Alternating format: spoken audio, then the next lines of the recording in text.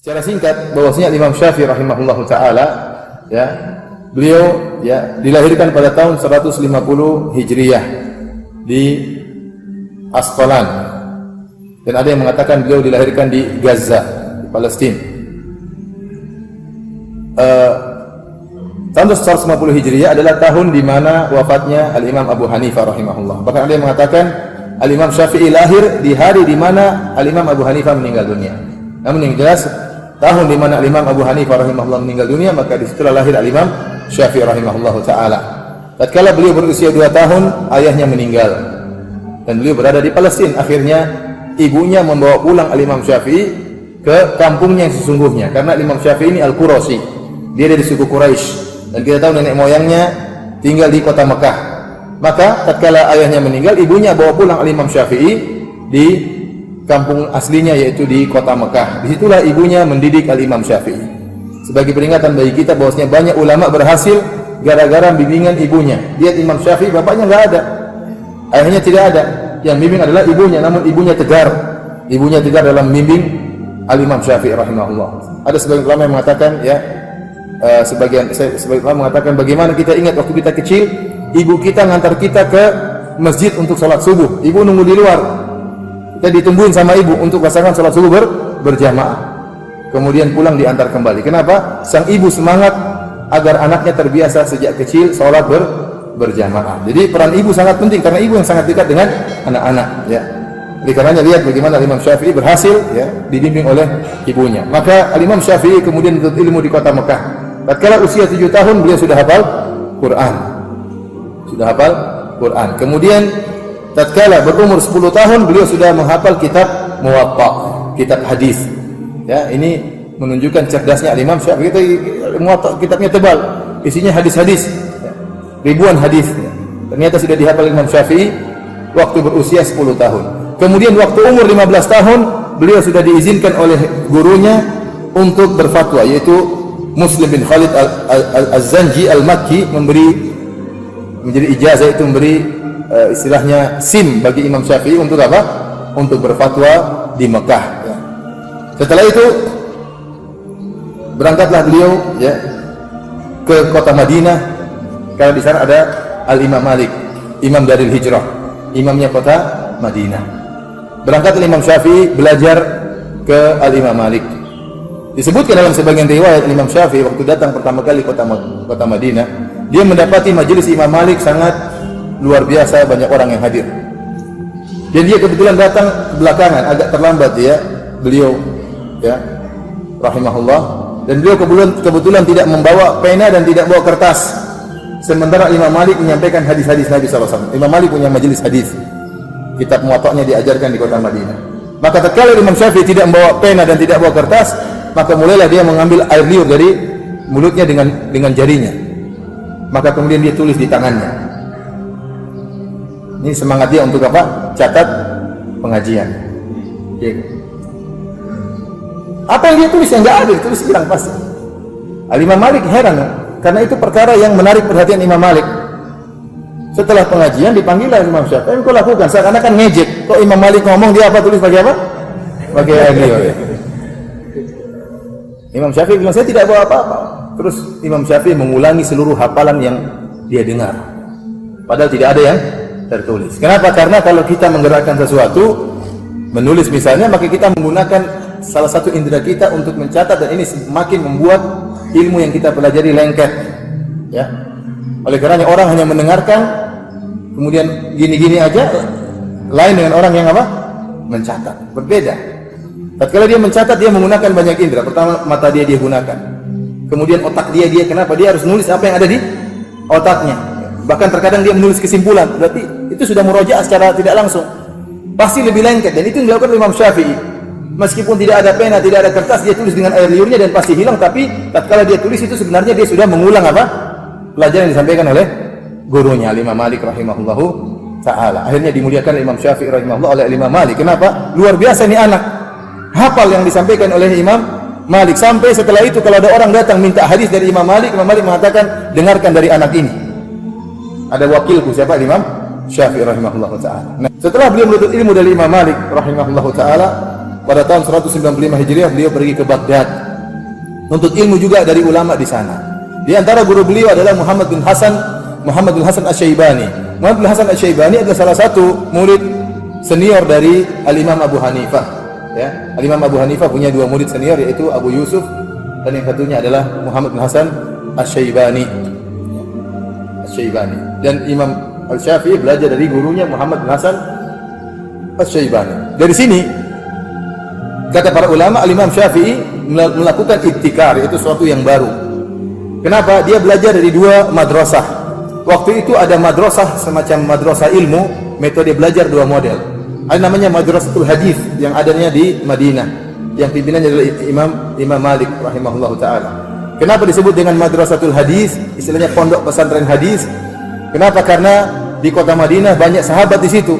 Aisyah radhiyallahu anha di situ, Abu Hurairah di situ, Ibnu Umar di situ. Banyak sahabat yang tinggal di kota Madinah, sehingga hadis-hadis Nabi banyak bertebaran di kota Madinah. Sehingga kalau ingin mencari hadis banyak di kota Madinah.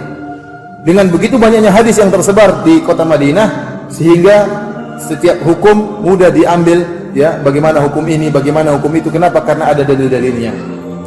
Ada madrasah yang kedua yang disebut dengan Madrasatul Ahli Ra'yi, madrasah penggunaan akal, yang itu adanya di Irak, ya, Irak.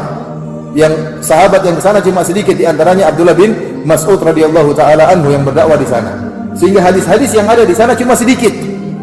Sementara banyak permasalahan yang timbul di Irak, terutama ada di sana juga peradaban Persia di sana. Persia peradabannya maju ketika itu.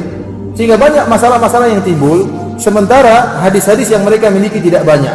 Dari situlah para ulama ketika itu menggunakan otak mereka untuk berpikir bagaimana mengambil istinbat hukum dari hadis yang sedikit.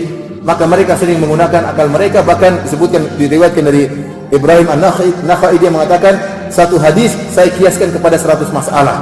Kenapa? Karena ada masalah nggak ada hadisnya, gimana caranya? Harus menggunakan akal. Ini apa ilahnya, apa hukumnya, bagaimana, kemudian dikiaskan dengan hadis-hadis yang ada. Maka dikenallah dengan Madrasatul Ahli Ra'yi, banyak menggunakan akal dalam hal ini. Nah, Al-Imam Syafi'i rahimahullah belajar di dua madrasah ini. Beliau belajar kepada Imam Malik yang berpegang teguh kepada hadis-hadis Nabi sallallahu alaihi wasallam, dan beliau juga belajar di madrasahnya Al-Imam Abu Hanifah melalui Muhammad bin Hasan Asy-Syaibani rahimahullah, Madrasatul Ahli Ra'yi. Maka keluarlah Imam Syafi'i dengan ilmu yang baru, menggabungkan di antara dua madrasah. Maka Imam Syafi'i akhirnya menulis buku yang sangat luar biasa, yaitu Ar-Risalah. Yang dalam Ar-Risalah kata para ulama itulah kitab usul fikih yang pertama. Kitab usul fikih yang pertama. Ya. Di situ juga ada usulul hadis. Ya, di situlah Imam Syafi'i membuat kaedah-kaedah. Dia menggabungkan kaedah-kaedah hadis dengan kaedah-kaedah yang dipakai oleh cara berpikir, metode berpikir, maka keluarlah kitab Ar-Risalah. Kemudian Imam Syafi'i juga menulis kitabnya Al-Um. Jadi dia menulis kitab kaedah, kemudian kitab praktek fikih, kitab Al-Um. Ada fikihnya. Ya. Sementara Imam Malik metode pengajarannya dengan metode hadis. Bab ini hadisnya 1, 2, 3, 4. Imam Syafi'i tidak, kitab fikih dia tulis. Bab taharah, bab salat, dengan kitab fikih. Hukumnya begini, pembicaraan yang panjang lebar. Dari sini berkembanglah Al-Imam Syafi'i mazhabnya dengan cepat, dan banyak orang yang tertarik dengan mazhab Al-Imam Syafi'i. Bahkan sebagian orang-orang yang tadinya berpegang dengan Madrasatul Ahli Ra'yi berpindah ke mazhab Imam Syafi'i. Demikian juga sebagian orang-orang yang berpegang dengan mazhab Imam Malik berpindah kepada mazhab Imam Syafi'i. Kenapa? Karena beliau cara pengajarannya hebat. Dengan nulis dua buku ini, buku kaidah dan buku penerapan. Buku kaidah dan buku apa? Penerapan. Ketika itu belum ada kitab usul fikih mazhab Hanafi. Belum ada kitab usul fikih mazhab apa? Malik. Imam Syafi'i yang pertama kali bikin. Ya. Kitab usul fikih dari kitab Ar-Risalah, itu kaidah-kaidah maksudnya. Dari sini banyak yang tertarik, dan timbullah orang-orang yang hasad kepada Al-Imam Syafi'i rahimahullahu ta'ala. Dan kalau orang sudah diajar oleh Imam Syafi'i, maka benar-benar dia cinta kepada Imam Syafi'i. Saya sebutkan bagaimana karismatik Imam Syafi'i rahimahullahu taala, sampai-sampai muridnya Imam Ahmad, ya, pernah berkata, Imam Ahmad punya mazhab sendiri Imam Ahmad, tapi begitu dia mengagungkan gurunya Imam Syafi'i, dia mengatakan, sittatun ad'u lahum sahra. 6 orang yang aku mendoakan mereka di waktu sahur. Ahaduhum Asy-Syafi'i, di antaranya Imam Syafi'i. Anak beliau Abdullah pernah bertanya kepada Imam Ahmad, "Ya abati, ayu rajulin kana Syafi'i? Fa inni sami'tuka tukthiru min ad-du'a lahu." Anaknya bertanya, wahai ayahanda, wahai Imam Ahmad, siapa itu Syafi'i? Saya sering kali dengar kau mendoakan dia. Gurunya Imam Ahmad. Imam mengatakan, ya bunayya, kana Syafi'i kasyamsi di dunia. Wahai putraku, wahai ananda, ketahuilah Syafi'i itu seperti matahari bagi apa? Bagi bumi. Kalau matahari enggak ada, bumi rusak. Subhanallah. Ini luar biasa bagaimana pengagungan Imam Ahmad terhadap Imam Syafi'i. Kemudian di antaranya Abu Thawr. Abu Thawr dahulunya masuk dalam madrasah ahli ra'yi. Salah seorang ulama di Irak.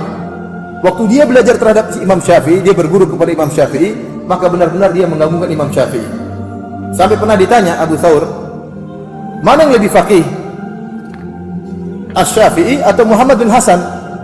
Syafi'i atau Muhammad bin Hasan? Muhammad bin Hasan ini gurunya Imam Syafi'i, namun dia bermadzhab Hanafi, ahli ra'yi. Ada yang tanya, siapa yang lebih pintar? Imam Syafi'i atau Muhammad bin Hasan? Guru atau muridnya? Yang murid yang mana? Imam Syafi'i. Gurunya siapa? Muhammad bin Hasan. Dan antum perlu tahu Muhammad bin Hasan itu orangnya gemuk, ya. Orangnya apa? Gemuk. Ada perkataan Imam Syafi'i, saya tidak tahu ada orang gemuk yang cerdas kecuali ini guru saya.